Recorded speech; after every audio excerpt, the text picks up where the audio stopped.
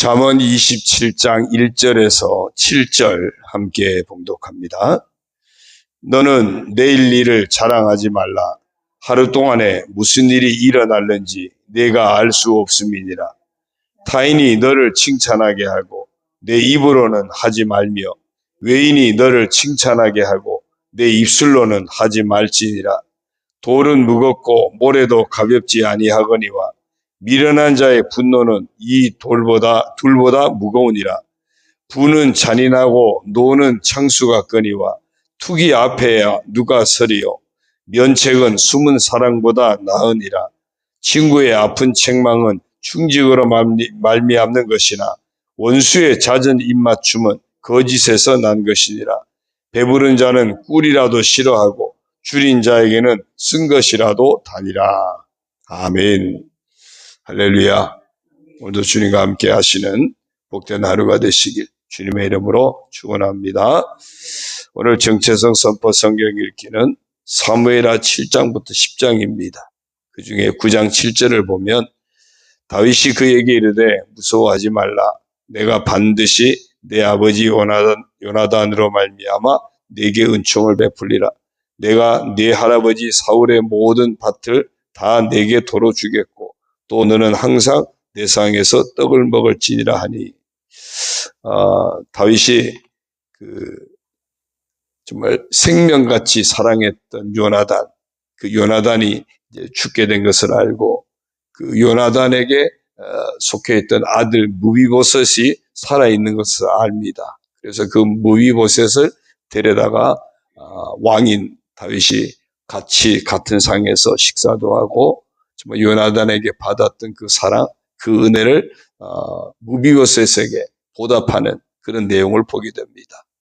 우리도 다 은혜 받은 사람입니다. 그렇다면 우리가 받은 은혜를 늘 생각하면서 그 은혜를 귀하게 여겨서 보답할 줄 아는 하나님 앞에서도 그래야 되고요. 또 사람과의 관계에서도 우리가 어떤 은혜를 입었으면 그 받은 은혜를 늘 귀하게 여겨서 보답할 줄 아는, 근데 그 은혜를 보답하는 것이 그 당사자에게도 보답하는 것이지만 받은 은혜를 가지고 다른 사람들에게 흘려보내는 것도 보답하는 겁니다. 제가 그 신학교 들어갔을 때 어려움 겪을 때 도와주셨던 사모님이 하신 말씀이 있어요. 나중에 나한테 갚지 말고 주변에 또 다른 누군가 어려운 사람이 있으면 그 사람에게 갚으라고 그런 말씀하셨던 것이 기억나서 늘 평생에 간직하고 있는 소중한 말이기도 합니다. 내가 받은 은혜를 누군가에게 또 도움이 필요한 사람에게 나누는 것도 보답하는 삶입니다. 그래서 우리가 오늘도 이렇게 한번 선포해 봤으면 좋겠습니다. 나는 받은 은혜를 잊지 않고 귀히 여겨 보답할 줄 아는 사람이다. 예, 그렇게 되기를 소망합니다. 오늘 잠언 말씀 27장 보면요. 너는 내일 일을 자랑하지 말라. 하루 동안에 무슨 일이 일어날는지 내가 알 수 없음이니라. 이 말은 매일매일 주어지는 이 오늘이라고 하는 시간에 늘 충실하라는 겁니다. 사람은 다 오늘보다 더 나은 내일을 추구하죠. 그래서 이런 계획도 세우고 저런 계획도 세우고 어떤 인생의 장기적인 목표도 가지고 다 그렇게 합니다. 중요합니다. 오늘보다 더 나은 내일이 되기를 바라기 때문에. 그런데 너무 내일만 생각하다 보니까 오늘 해야 할 일을 하지 않는다면 의미가 없다는 겁니다. 내일 아무리 좋은 계획이 있어도 오늘 정말 무슨 일이 일어날지 알 수 없는 겁니다. 내일 일을 알 수가 없죠. 예수님이 비유를 말씀하셨죠. 어떤 부자가 농사를 지어서 너무 잘 돼가지고 정말 곡간에다 다 채웠는데 곡간이 부족해가지고 그래서 막 더 바깥에다 쌓고 여기저기 쌓고 그렇게 하고선 그 부자가 이야기하죠. 야, 이 정도 이렇게 쌓아놨으니 이제부터는 먹고 마시고 즐기자. 예수님이 그러세요. 오늘 밤에 만약에 너희 영혼을 하나님이 데려가시면 오늘 밤에 네가 죽으면 쌓아놓은 거 저거 무슨 소용이 있느냐? 무슨 소용이 있느냐? 우리가 정말 내일 무슨 일이 일어날지, 오늘 하루 동안에 무슨 일이 일어날지 우리는 아무것도 알 수 없습니다. 그래서 중요한 것은 매 순간순간 하나님 앞에서 신실함을 지켜야 되고, 오늘 내가 누릴 수 있는 것, 오늘 내가 나눌 수 있는 것, 오늘 내가 베풀 수 있는 것들 놓치지 말아야 돼요. 오늘 나에게 누리게 하심에 감사할 줄 알아야 되고, 오늘 내게 주어진 것을 가지고 정말 이웃과 더불어 나눌 줄 알아야 되고, 베풀 줄 아는. 그래서 오늘을 허비하지 않으면 또한 내일이 복된 내일로 맞이하게 되는 것이고요. 오늘 만약에 주님이 불러가신다 할지라도 오늘 내가 깨어 있으면 불러가시는 주님 앞에 정말 귀한 모습으로, 아름다운 모습으로 서게 되는 겁니다. 오늘 내가 아무런 준비가 되지 않으면, 만약에 오늘 데려가시면 주님 앞에 설 때는 아무것도 아닌 거죠. 제가 내일 하려고 그랬었는데요. 그런 의미가 없는 거예요. 아유, 제가 좀 형편이 되면 하려고 그랬는데요. 제가 좀 시간이 되면 하려고 했는데요. 그건 중요하지 않아요. 오늘 내게 주어진 시간 속에서, 오늘 내게 주어진 형편 속에서 하나님의 뜻을 따라 믿음을 지키고, 하나님의 뜻을 따라 선을 베풀고, 하나님이 기뻐하시는 삶을 살아가는 것이 중요합니다. 그런 의미에서 오늘도 새벽을 깨우시는 여러분들은 정말 소중한 시간 하나님 앞에 계신 줄로 믿습니다. 2절입니다. 타인이 너를 칭찬하게 하고 내 입으로는 하지 말며 외인이 너를 칭찬하게 하고 내 입술로는 하지 말지니라. 선거철이 다가오면 모두가 다 자기 자랑이죠. 그렇죠? 자기 자랑할 게 없으니까 어떻게 하죠? 다른 사람의 약점을 잡아가지고 막 들춰내고, 그러니까 선거가 되면은 막 서로 막 비판하고 막 그런 일들이 넘쳐납니다. 어쩌면 자기 자랑할 일이 그만큼 부족하기 때문일 수도 있습니다. 그런데 어쨌든 다 자기 자랑이에요. 다 자기 자랑이에요. 근데 오늘 잠언서에서 말씀합니다. 네가 스스로 자랑하는 건 아무것도 아니라는 거예요.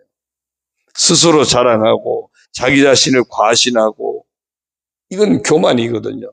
그래서 이런 교만한 자세를 조심하라는 겁니다. 조심하라는 거예요. 반대로 다른 사람이 너를 칭찬하게 해라. 주변 다른 사람이 너를 칭찬하게 하라는 겁니다. 늘 겸손해야 되고요. 결국 우리의 인생은 내가 스스로도 어떻게 살았는지도 돌아봐야 되지만 남이 평가할 때 어떤 모습인가가 참 중요해요.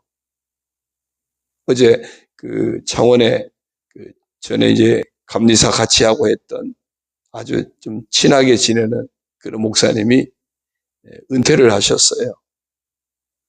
그리고 이제 후임에 또 제 후배 목사님이 이렇게 하는데 교회가 두 교회가 통합을 하면서 한 목사님 은퇴하시고 통합을 하면서 후배 목사님이 창원의 은광교회라고 거기가 이제 교회 이름도 바꾸고 해서 했는데 어제 오후에 잠깐 다녀왔어요. 그 목사님의 이렇게 그 모습을 늘 보면은 거기에 은퇴 예배 또 담임 목사님 취임 예배 참여해서 축사하고 하시는 분들이 입에 발린 소리가 아니라 정말 그분들을 좋게 귀하게 평가하는, 저도 그분들을 아니까 그렇게 평가받을 만한 분들이에요. 보니까 입에 발린 소리로 막 잘한다 잘한다 칭찬이 아니라 정말 그분들의 삶을 알고 그분들의 삶을 이렇게 아름답게 평가하는 모습을 보면서 참 부럽기도 하고 좋았어요. 아, 나도 정말 저런 모습이었으면 좋겠다.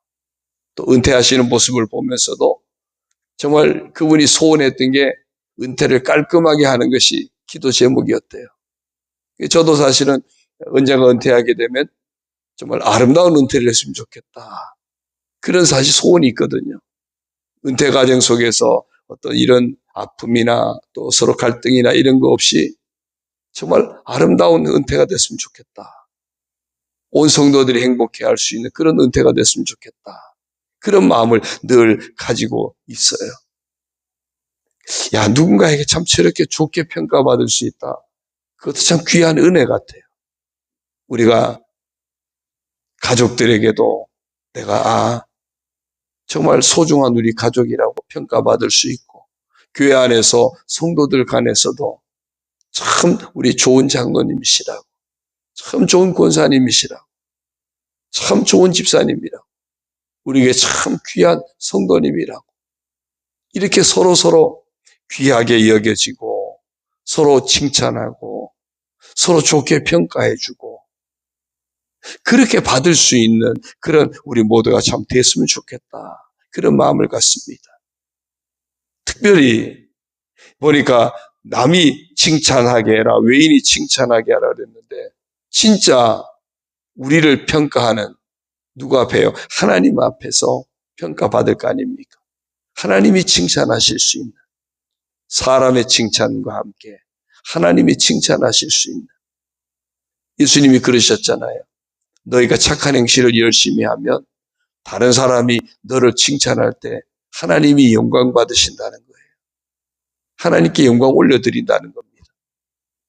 우리가 칭찬받는 그런 삶이 되어져서 하나님이 영광 받으시고 하나님 앞에도 아름답게 평가받고 칭찬받을 수 있는 그런 우리가 되어지기를 소망합니다. 3절이요. 돌은 무겁고 모래도 가볍지 아니하거니와 미련한 자의 분노는 이 둘보다 무거우니라. 돌이 무겁죠.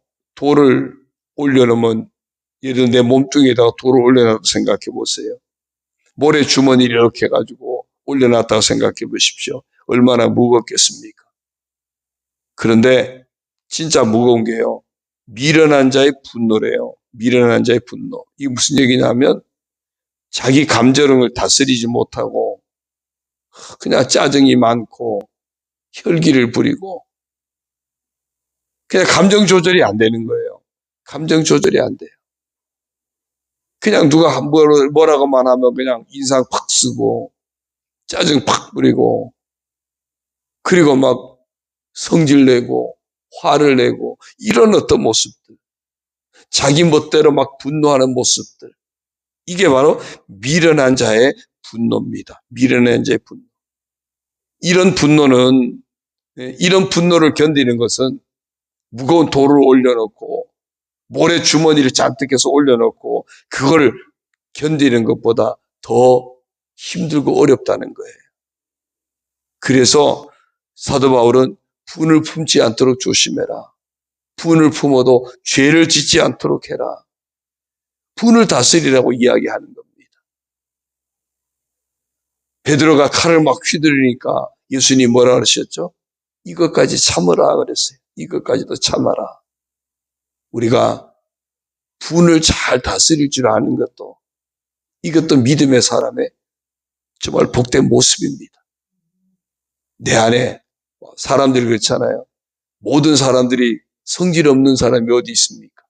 그러니까 그러죠. 야, 저 사람도 한 성질 안에 다 그렇거든요.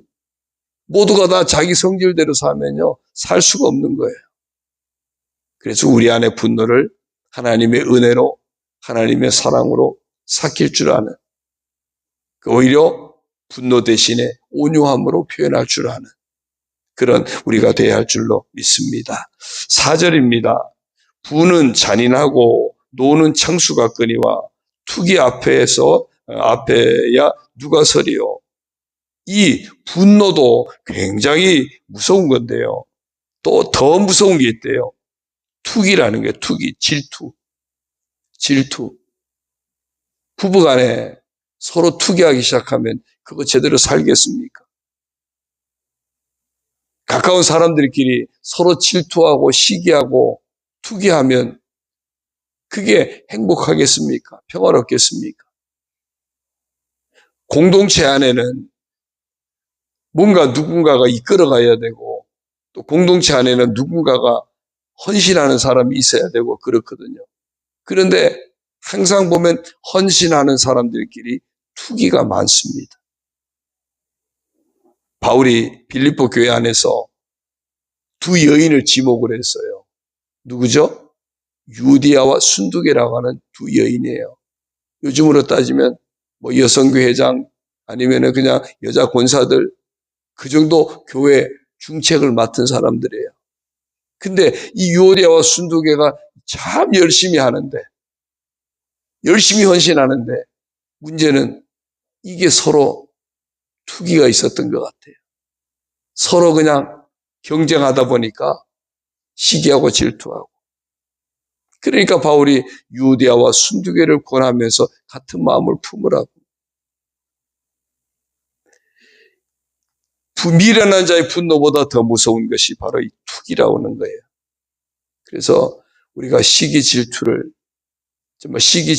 빠지지 않도록 오히려 긍휼히 여겨주고 서로 온유함으로 서로 품어줄 수 있는 그런 모습들이 우리가 또 용서가 늘 있는 모습이 되어야 합니다. 5절이요.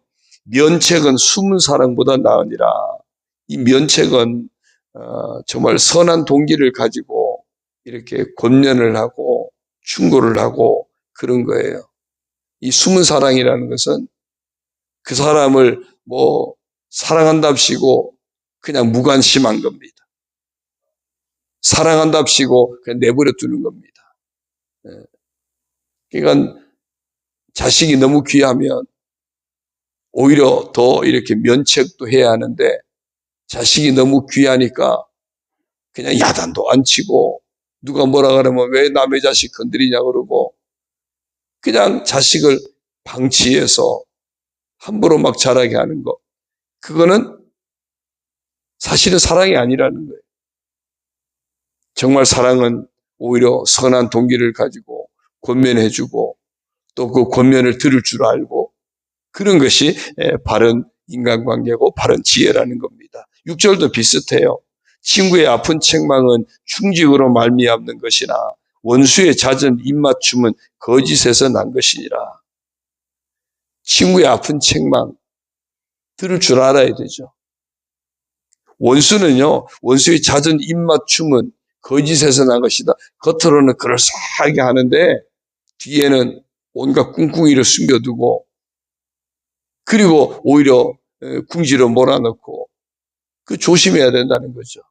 반대로 누군가가 정말 사랑으로 권면하고 충고할 때 그거를 들을 줄 알아야 정말 진정한 사랑이기도 하고 진정한 그런 관계이기도 하고 그게 복된 모습이 될 수 있다는 겁니다. 7절이요. 배부른 자는 꿀이라도 싫어하고 줄인 자에게는 쓴 것이라도 다니라. 그렇죠? 진짜 배부르면요. 아무리 맛있는 거라도 아이고 나 이제 더 이상 못 먹어 그러잖아요. 배가 부르면요. 아무리 맛있어도 별 의미가 없습니다. 근데요. 진짜 배고픈 사람은요. 별거 아니라도 쓴 것이라도 달게 먹을 수 있다는 거예요. 사람이 상황에 따라서 환경에 따라서 여러 가지 다른 모습을 나타내요. 그러니까 저 사람은 왜 저러지가 아니라 그 사람은 그럴 수도 있다는 거예요. 왜? 배가 고프니까. 또 아니면은 배가 부르니까.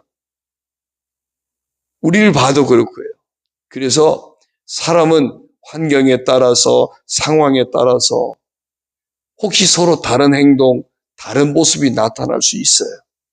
그래서 우리가 이해하려고 하는 것에서 늘 출발해야 한다는 겁니다.